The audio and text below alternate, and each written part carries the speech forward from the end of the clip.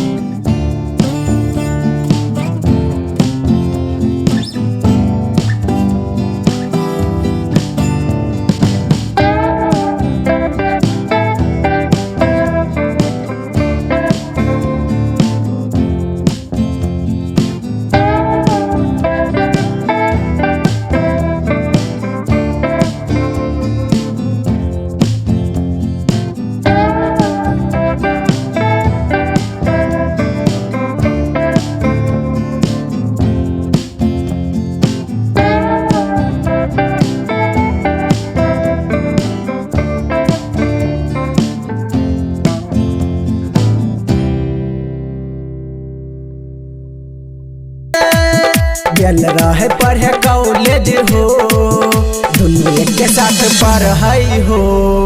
अलग कर के चल गेले, छौरी छौरा लेके भाग गेले।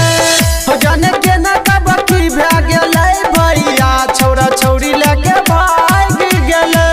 रिकॉर्डिंग स्टूडियो बलुआहा।